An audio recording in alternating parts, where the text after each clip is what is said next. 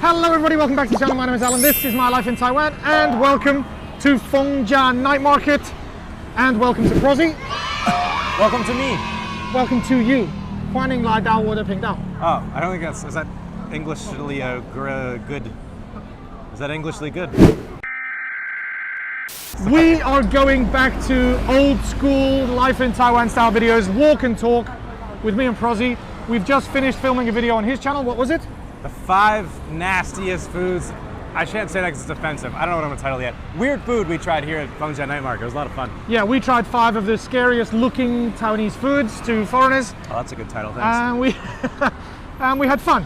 Yeah. So I thought while we're here, we're gonna just have a walk back through the market, and we're gonna talk a little bit about why we stay in Taiwan, what keeps us here. The title of the video is probably gonna be something really clickbaity, like why foreigners love Taiwan so much. You've been had. But it's true, like there's some reasons why people stay here, some reasons why people can't leave here, and we're gonna have a bit of a chat about it as we walk through the night market, enjoying the scenery and the atmosphere. And like I said, I've made a few videos recently with a bit more Pizzazz, production quality, but now you're level. back filming with me. Time to bring it down to earth. Back to the streets. So, shall we do it? Let's stop talking about it. Start doing it. Let's start doing it. I guess the first question would be to ask you, how long did you plan to come to Taiwan for, and how long have you been here, and when do you plan on leaving? I never planned like how long I was going to be here for. I just was going to move here, see how it went, and as far as when I'm leaving is right now. Goodbye, my friend. You have been the one.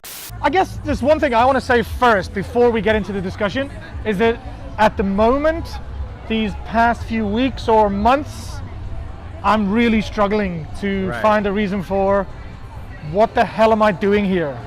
Like, I've got a beautiful family back in England, I've got a son in South Africa, and I think I'm having a midlife crisis in a foreign country, alone, single, because every relationship I get into keeps exploding. So that's the reason why I came up with this topic. Something to talk about as we walk through the market is, what the hell are we doing here? What makes us stay here? I think it's a good topic, and it's something I think that a lot of foreigners go through periodically. Like, I think if you ask any of our friends, Lucas, Wes, Andre, whatever, I think they periodically sit down at home on their sofa after days of work and just be like, what?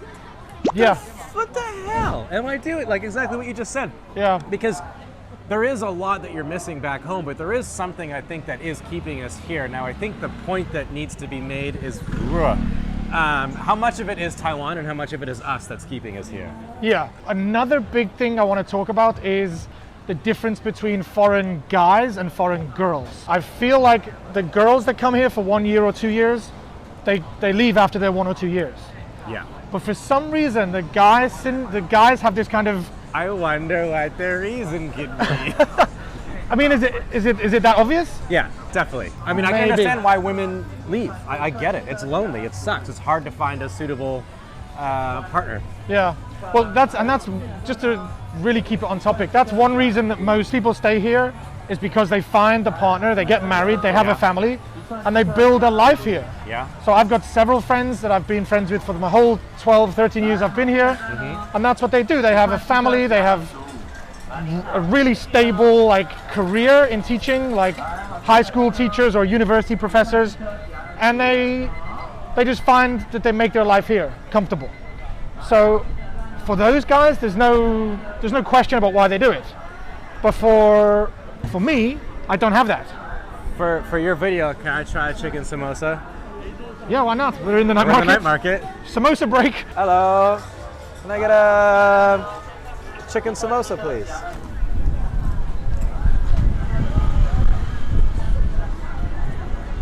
Windy. I think another reason that people stay here, in my situation where you don't have a family, you don't have a really stable career, is out of pure 100% laziness and comfortability. Life is difficult for a lot of people around the world, but living in Taiwan as a foreigner is just so easy, and the Taiwanese people enable us. They enable us to be lazy. We don't have to speak that perfect Chinese. We don't have to adapt our culture too much, but ultimately, it's just so freaking easy here. And I make so many excuses why I don't live in South Africa. I can't live in South Africa. There's going to be people in the comment section that say, you have a son, get your ass to South Africa and make it work. I literally cannot. I cannot get a visa. I cannot get a job.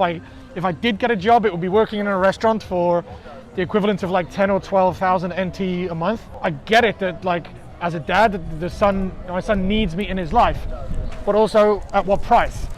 He has to go to he couldn't afford to go to school. He couldn't even afford to pay health insurance. He couldn't afford to pay for his rugby, his cricket. So Taiwan enables me to earn money, a decent salary, more than I would earn in the UK or South Africa. But you don't make a salary here. But I make more money than I would if I was working in You're England. a YouTuber in South Africa, you'd make less money. Not enough money to pay the rent. Right. People don't care about me making videos in South Africa. I understand what you're saying, and I can agree to an extent. I think that it is relatively easy here because of just how forgiving it is compared to living in other countries, I think. But forgiving is a good word. You need to be very careful not to make too many excuses and absolve yourself of the responsibility of trying to fit in, of trying to learn the language, of trying to be a part of society. And I think that it's very easy for foreigners, I'm not saying it's right, but I think it's easy for foreigners to just sort of be lazy, like you said, and fall by the wayside and not really take part in society because they don't need to, because the Taiwanese people around them in their lives will do that for them, simply because it's easier. Yeah. So instead of learning the language and going to a restaurant and ordering something, or ordering something online and reading a menu, or paying bills, or doing taxes, I mean, these things are very difficult to learn in another language, like, you know, especially if it's like something that's about money. Yeah. It's way easier just to get a Taiwanese person to help you do it. And it seems like a one-off thing, right? But then when you're constantly doing it, you're just sort of left outside of society. And it is an excuse. I think that you need to be careful with that and not do away with the responsibility that you have. It's easy if you want it to be, but I think that if you really put the effort into it, I can see a lot of doors opening up here. Yeah. I think that what's keeping you here, just to speak for you, is that there is a lot more opportunity here to make something of yourself, right? Yeah. Like, you're a foreigner and you have this like other look on things that other people are interested in, whereas if you were just like a British YouTuber in England, you'd look like a bit of a twat. Like if you walked into a pub with this. Yeah. You know what I mean? But you were saying earlier that you think a lot of foreigners stay in Taiwan temporarily as a stepping stone. What was that point you were trying to make before? I think a lot of people see Taiwan as a stepping stone or as something to graduate from. It seems like there's a ceiling as to the success that they can hit here in Taiwan. I'm not saying that in every case. Obviously not everyone's like that, but I do think there are a few foreigners who come to Taiwan are kind of like, there's more out there, and then they'll go somewhere else. There's a bunch of YouTubers that have done that. I won't mention them by name because I'm not trying to say that that's what they tried to do, that they sort of gave up Taiwan. Most Taiwan YouTubers that have left Taiwan miss it dearly. Yeah. But I do think a lot of people don't see it necessarily as a long-term place to make business and a lot of money when it comes to, I think, education or the entertainment or marketing industry that we're in. However, if you're in something like trade or business or engineering, I think there is some long-term viability here. That's what I've got to now face. Now I'm going to turn 40 this next year. Now, when you get to 30, you think that you're getting older. You think that that's a big number. But actually, I think 40 is the time where it's like, oh shit, like you're going to get old now. You're actually going to get old. You're not just feeling old. You are going to get old. And this is something that me and Prozzie talked about in the podcast. We did a video all about growing old in Taiwan and our biggest fears. And it's something now that I have to think about. I have to think about, okay, I'm building up a savings. Is that enough? Going to be enough for me to retire, for me to look after Williams University? Maybe not. If I get sick, if I get seriously sick and need to spend a lot of money on healthcare for myself, or just palliative care, for example, why am I doing that in Taiwan? Why am I choosing to do that here when England would be a much more comfortable place for me to do it? Well, that's what we're trying to answer this question. Why do we stay in Taiwan? What's keeping us here? Yeah, and that's where now I've come to a crossroads where I'm like, it's easy, but it also comes with the consequences of being massive consequences of just not being. Now, I will say though, compared to other places I've lived, it is a lot easier to settle down and retire here than it would be in other places. Do you think so? Yeah. Retire here? Does it mean you're allowed to buy a house? You can, oh, okay. You know. You mean compared to other foreign countries? Yeah. Then I guess so. Because I mean, you've worked here the last 12, 13 years, you haven't been paying into like a retirement pension fund or anything, right? I did have it in my teaching job, but I mean, when I left that job, I guess it just goes away. I don't know. I've never asked. That's the I think that's the part about getting old that's so scary, is all of these things that accumulate as you get older, retirement funds, taxes, all that kind of stuff. You don't think about it because you think, oh, well, one day someone's going to call me and be like, oh, you've got to do this. And you're like, oh, okay.